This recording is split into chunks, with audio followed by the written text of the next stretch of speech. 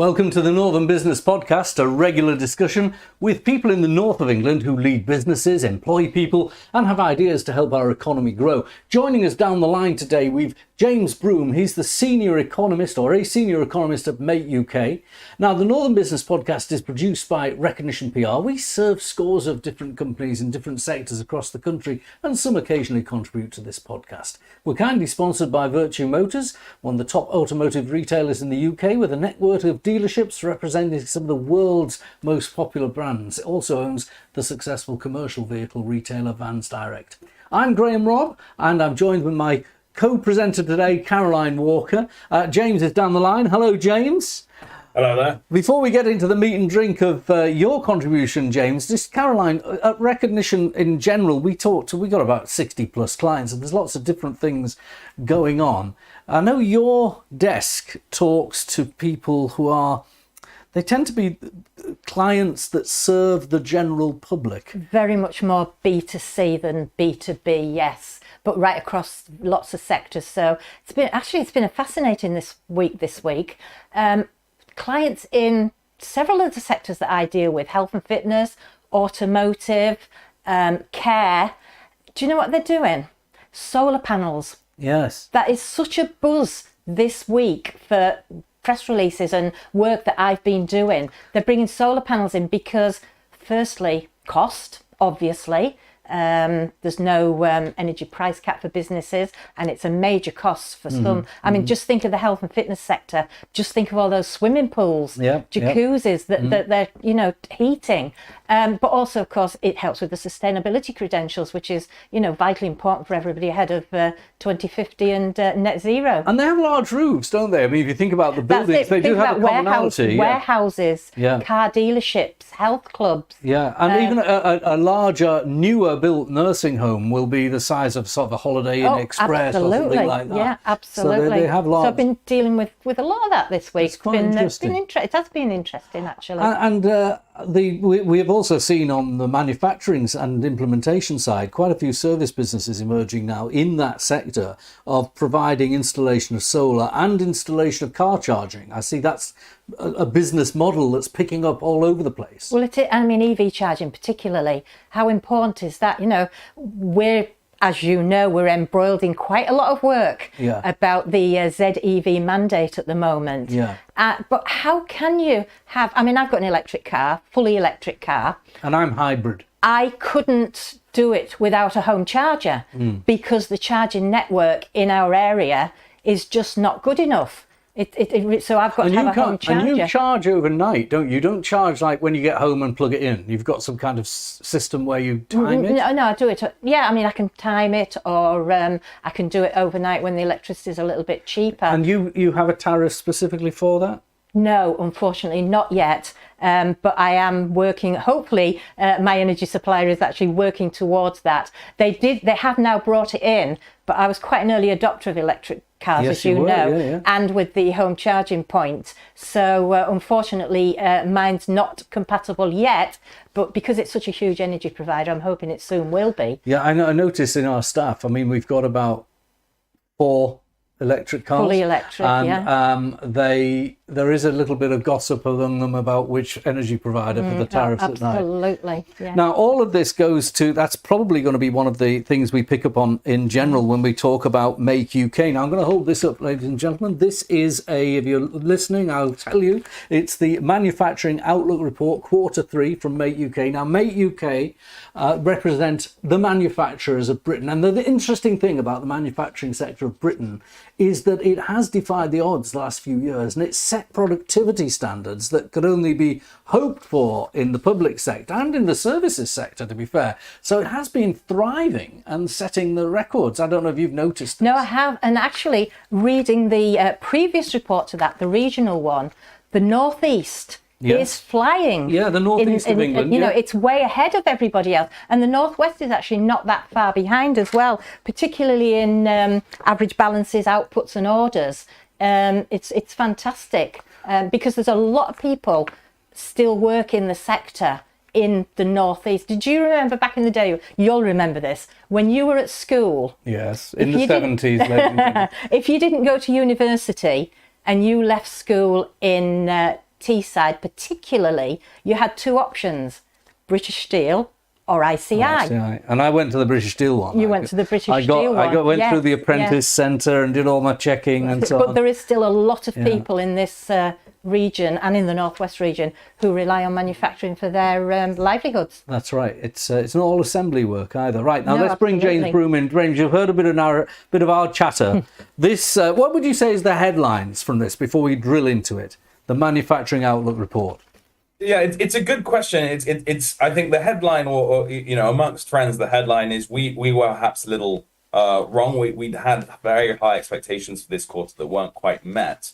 But I think that the sector is measured by the confidence metric, that actually the short-term output and orders that didn't quite hit our expectations this quarter, the sector doesn't seem too worried because confidence continues to grow and remains high. So what we've seen is a short-term blip, a downturn, not necessarily into negativity, really, technically just so, but just a pause, a flattening. And we've seen that across employment as well. So what that typically means is the sector's having a moment of holding its breath, doesn't want to go too long on its wage bill, not quite sure what's around the corner, but it certainly isn't worried about a systemic change in the direction of travel, because if that were to be the case, we would expect to see a trickle down in that confidence metric. Okay, well, the confidence is good, and in the north of England, where we see that there is a breakdown in the report on page 13 of the report, there is there's still a smiley face next to the graphic in the northeast. There's a smiley face in Yorkshire, and there's a smiley face in the northwest. It's unusual for so it's Yorkshire. all smiley. Yeah, well, I know. Some people in Yorkshire, they wouldn't give a door a bang, but there we are. But they seem to be happy as it gets. Steady as she goes. Well, yeah, you're right to note that every region and nation that makes up the UK there is reporting confidence value over 5, and so it's a diffusion index, which is just a silly word really for meaning above 5 is positivity and below 5 is negativity, and it's been the case for a little while now. I think the most negative region in the last quarter was the Southwest, but that's still at a 5.9 or 6 roughly, so that's still in safe positive territory. You're right to mention the Northeast at 6.2, the Northwest at 7.1, and Yorkshire and the Humber side at 7.1. So quite high figures. It's been this way consistently now for about a year and a half, and particularly when we look at our back confidence data for the past year and a half, confidence has been slowly growing and markedly on aggregate well above that 5 line. So why is that? What does this mean? Well, we think a lot of it is, of course, the business environment, manufacturers' business environment over the past year has been relatively the most stable to any of the 4 years before it, preceding it. Because obviously we had the COVID and then we had the bounce back from COVID, which is disruptive in its own sense. It then brought along serious input inflation. We then, straight on the back of that, had the energy crisis, the geopolitical frictions that followed from that. So really, and probably people tell me off for saying this, but it has been very, very stable, relatively speaking, when we take a 5-year zoom out picture of the manufacturer's trading environment. I would give this observation, see if you think there's anything in this. The future budget is worrying a lot of people in business. And there's no question, in my day-to-day work, I talk to people in business who are worried about the implications of what Rachel Reeve might do. And there's been a little bit of contagion of gloom from Keir Starmer's demeanour. However, most of the prospective tax changes are not immediately going to impact on manufacturing. The tax changes around capital gains on property, for example, the investment might be hit in the longer term, but corporation tax is already settled business, and the government is going to change corporation tax. So it might be on allowances, but there doesn't seem to be a lot of talk about that. It's mostly about tackling wealth and the trickle down for investment, not manufacturing costs. It's something I think the sector is really looking at. The big picture industrial strategy that's been long touted, long promised, and certainly it was probably fair to say the leading point of Labour's campaign for the business vote was that introduction, the commitment to introduce an industrial strategy. We're likely to hear more this month, and I think a lot rides on this, and less so about what you've just mentioned, the individual components of the business environment, let's say corporation tax, pro-business investment policies. It'll be about the signal that is the government keen to work, commit to a plan, make the UK over the next 5-10 years, not in the next single year, the place to manufacture and drive that confidence that can then signal that inward investment. Of course, we've had 8 industrial strategies come and go in various degrees of seriousness in only the past 10 or 11 years, just over a decade. So the sector is already quite weary and quite jaded of the concept of industrial strategy, yet it clamors for one, and particularly in the past 2 years, where we look across to our American partners and competitors, and indeed we look across to many European nations. And we see, perhaps with a degree of envy, you've got things like the Inflation Reduction Act in the US, you've got things like the European Union Net Zero Industries Act in the EU, which effectively all drive that domestic capacity. They've got levers and tools in it around tax, but fundamentally they're about bringing capacity home, nearshoring supply chains, and ultimately developing that manufacturing and industrial base for the future in those countries. We don't yet have something like that. And so the final thing I'll say on that is that we've seen them come and go, but so many times they've just been tantamount to a piece of paper. And there are actually net zero threats as well. You mentioned steel, Caroline. There's stuff that's happening in Wales. Yeah, it's driven by net zero. Absolutely, it is. Absolutely. But also we can widen it out, can't we, at the moment? Do you think businesses' confidence is actually going to be knocked by, well, what's happening literally now in the Middle East? You know, is that going to escalate? You know, you've got Suez, which is a major waterway. But on top of that as well, 7 o'clock tonight, the Fed is going to announce what they're trailing as a huge, potentially, cut in interest rates. Now, last time I checked, the dollar pound was over 130. 1.323 on the back of all the speculation. That may change even more when the actual announcement's made. Is that going to have an effect? Yeah, it's actually very timely that you might see there's a pullout of the report which focuses on supply chains, which is very relevant because the sector will be worried about it in the interest of general global and financial stability, but more directly and close to home will be the impact or any potential impact on supply chains. That's something that really caught the sector off guard during the pandemic, but now. As we've seen, as the report shows that we published on Monday, supply chains are a lot more, or manufacturers take a lot greater focus on supply chains and the resilience thereof, which means that things like the current geopolitical tensions that have been flaring in one shape or another over the past year and a half, the sector has a keen eye on it and a keen eye not to get caught short. Like it did during the pandemic, to the best of its ability. And I think that's a very good point. Let's just drill down a little bit into that. More than half of the companies responding to your research said that they were now developing resilience strategies and tactics. And some of them were doing things like supplier diversification. They weren't just going to get a widget made in China, maybe there'd be one made in India. They were also looking at the risk in contracts. So if there was a risk because of a supply chain problem and there was other parts that people wanted paying, then there might be a risk share so that they paid a little bit, or when I get it, you get it kind of approach.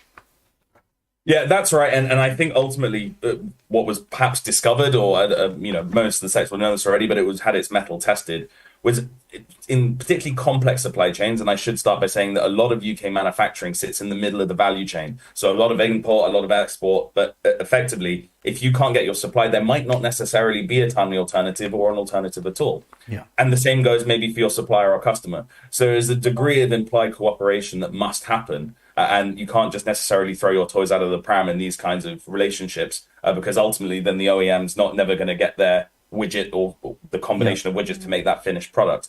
So we're seeing that pragmatism develop, as you mentioned in those statistics there, develop within the supply chain in terms of working with suppliers and customers on that risk sharing and minimizing disruption and generally working together as a vertical in order to deliver. And Caroline, just to go back to the first part as well, you talked about longer supply chains, Suez, the threat of disruption in Middle East wars and other conflicts. But the other thing you mentioned was the interest rate in America. We run, James, in the Northeast, a recognition with the Clive Owen LLP, the accountancy practice, and with NewsQuest, the media company. We run 2 shadow MPCs. We do, yes. We get together business people from different sectors, either across the Northeast or Yorkshire, and they tell us a little bit about how their sector's doing. But the key to it is what do they, not what do they think the MPC will do, what if they sat on the MPC, would they vote for? And apart from one who went for a hold, we had unanimous for a cut in UK interest rates. And what was interesting, a point that you and one of the members made, was that we shouldn't be following America, or anybody for that matter. We should be leading the way in setting economic strategy, in setting interest rates, in tackling inflation and all the different UK and global pressures. Yes, we do these things, as I say, in Yorkshire and in the Northeast. There is more of a bias towards manufacturing in the Northeast on the panel, but nevertheless, yeah, it was overwhelming that we should just get on with it. The inflation is stable. This was done on Monday. Inflation's stable. People didn't want to let America beat us to a lower interest rate and therefore a higher pound, and also there could be pressure to put interest rates up or not reduce interest rates in a few months because of inflationary pressures in energy. So the logic the panel thought was, if we've got a window to reduce now, do it now. And the most upbeat, just very quickly, the most upbeat member was the representative of the construction sector. That's right, yes. He was very upbeat about what was happening. James, what's your comment on that? If you were on, of course, particularly that comment about the construction sector, because non-metallic minerals, which is our fancy classification word for effectively building stuff, that's glass, bricks, mortar, so on and so forth. That's seen some serious inflation, on that side. So no surprise that they want to see the cost of capital come down there. I think it's something, a real focus area of our research is that interaction between the base rate and the sort of propensity to invest, which might seem like an obvious thing to say. But what we've seen over the past 2 years is as part of the report, it's included there and there's commentary on it, similar to what I'm about to say. Over the past 2 years, it's been a sort of positive holding pattern. Why is that? And what we've seen in the meantime, we've seen very significant pro-business policy come into force. And of course, I'm talking about things such as the full expensing regime, coming on the back as well. We've had the quite infamous or famous super deduction scheme, but actually it hasn't managed to move the needle much in moving those investment intentions, because ultimately how the sector decides how and when to invest is governed by the prevailing headwinds of the economy and the relative cost of capital. Now, of course, at the same time, the base rate has been held at a very high level for a very long time. And so the sector has that pent-up investment intention, but thinking perhaps not now. Perhaps we'll wait till it comes down, which is, I know, just anecdotally and in data, that a lot of the sector feel this way. Now, of course, we've just had in August that first base rate change. Now, it's by 2/3 of a hair, as we always expected. But the point is, it's the signal. And I think the sector's now quite confident that it's the start of the fall on that base rate. It'll be managed and slow, and it might take 2 years. But now could be the time to start investing. It is interesting. And James, the government's got to join this up, because this is my personal view, but there is an element of, but they're pressing the accelerator with one foot and pressing the brake with the other, because all of that stuff about Green New Deals and all that stuff, very interesting. But then if you say to somebody who's got money invested, right, there's my guaranteed treasury bonds at 5.14%, and by the way, if you want to invest in the city and you make a profit, we're going to put your capital gains tax up. That's the wrong way to look at the stimulus and incentive for investors. So it's an accelerator, it's a brake. There's I think some more egregious examples as well, which is why we think it's a joined up approach with industrial strategy is so important. Of course, it's more on the micro, more on the ground, but perhaps more pertinent to most SME manufacturers is, of course, the system around business rates and how you would invest in, let's say, putting solar panels on the roof, which I heard you talk about at the start of this show, or other such energy efficiency enhancing measures for your plant, and your business rates will go up as a result.